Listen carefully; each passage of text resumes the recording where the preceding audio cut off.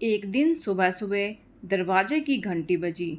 दरवाज़ा खोला तो देखा एक आकर्षक कद काठी का व्यक्ति चेहरे पे प्यारी सी मुस्कान लिए खड़ा है। मैंने कहा, जी कहिए। तो उसने कहा, अच्छा जी, आप तो रोज़ हमारी ही गुहार लगाते थे और सामने आया हूँ तो कहते हो जी कहिए।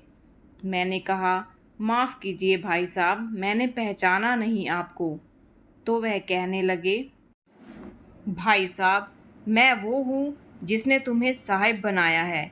अरे ईश्वर हूँ ईश्वर, तुम हमेशा कहते थे ना, नज़र में बसे हो पर नज़र नहीं आते। लो आ गया। अब आज पूरे दिन तुम्हारे साथ ही रहूँगा। मैंने चिढ़ते हुए कहा, ये क्या मजाक है। अरे मजाक नहीं है, सच है। सिर्फ तुम्हें ही नज़र आऊँगा, तुम्हारे सिवा कोई देख सुन नहीं पाएगा मुझे। कुछ कहता इसके पहले पीछे से माँ आ गई। अकेला खड़ा खड़ा क्या कर रहा है यहाँ? चाय तैयार है, चल आजा अंदर। अब उनकी बातों पे थोड़ा बहुत यकीन होने लगा था और मन में थोड़ा सा डर भी था। मैं जाकर सोफे पर बैठा ही था तो बगल में वह आकर बैठ गए। चाय आते ही जैसे ही पहला घूंट पिया, मैं गुस्से से चिल्लाया, अरे माँ, ये हर रोज़ इतनी चीनी। इतना कहते ही ध्यान आया कि अगर ये सचमुच में ईश्वर है तो इन्हें कतई पसंद नहीं आएगा कि कोई अपनी माँ पर गुस्सा करे। अपने मन को शांत किया और समझा भी दिया कि भाई, तुम किसी की नज़र में हो आज, ज़रा ध्यान से। बस फिर मैं जहाँ जहाँ, वह मेरे पीछे पीछे पूरे घर में। थोड़ी देर बाद नहाने के लिए जैसे ही मैं बाथरूम की तरफ चला तो उन्होंने भी कदम बढ़ा लिए। मैंने कहा, प्रभु यहाँ तो बख्श दो। खैर, नहाकर तैयार होकर मैं पूजा घर में गया। यकीनन पहली बार तन्मयता से प्रभु वंदन किया, क्योंकि आज अपनी ईमानदारी जो साबित करनी थी। फिर ऑफिस के लिए निकला। अपनी कार में बैठा तो देखा बगल में महाशय पहले से ही बैठे हुए हैं। सफ़र शुरू हुआ तभी एक फ़ोन आया और फ़ोन उठाने ही वाला था कि ध्यान आया, तुम किसी की नज़र में हो।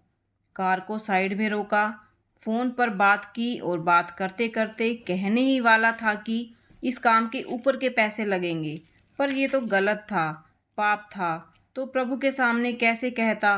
तो एकाएक ही मुंह से निकल गया, आप आ जाइए, आपका काम हो जाएगा आज। फिर उस दिन ऑफिस में न स्टाफ पर गुस्सा किया न किसी कर्मचारी से बहस की। 25-50 गालियाँ तो रोज़ अनावश्यक निकल ही जाती थी मुंह से, पर आज सारी गालियाँ कोई बात नहीं, इट्स ओके में तब्दील हो गई।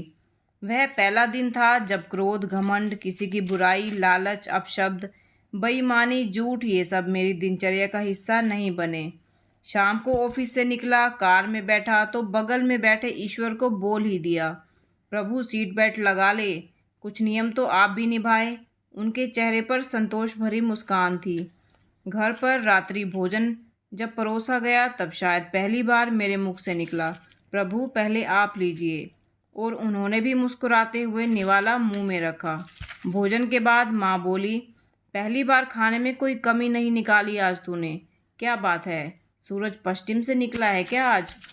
मैंने कहा, माँ, आज सूर्योदय मन में हुआ है। रोज़ मैं महज खाना खाता था, आज प्रसाद ग्रहण किया है माँ, और प्रसाद में कोई कमी नहीं होती। थोड़ी देर टहलने के बाद अपने कमरे में गया। शांत मन और शांत दिमाग के साथ तकिए पर अपना सर रखा तो ईश्वर ने प्यार से सिर पर हाथ फिराया और कहा, आज तुम्हें नींद के लिए किसी संगीत, किसी दवा और किसी किताब के सहारे की ज़रूरत नहीं। गालों की थपकी ने गहरी नींद को हिला दिया। कब तक सोएगा? जाग जा अब। माँ की आवाज़ थी। सपना था शायद। हाँ, सपना ही था, पर आज का यह सपना मुझे जीवन की गहरी नींद से जगा गया। अब समझ में आ गया था उसका इशारा, तुम मेरी नज़र में हो। जिस दिन हम ये समझ गए कि वो देख रहा है, उस दिन से हमारी जीवन यात्रा सरल व सुखद हो जाएगी। Thanks for watching friends. ऐसी ही और स्टोरीज देखने के लिए चैनल को सब्सक्राइब करना ना भूलें।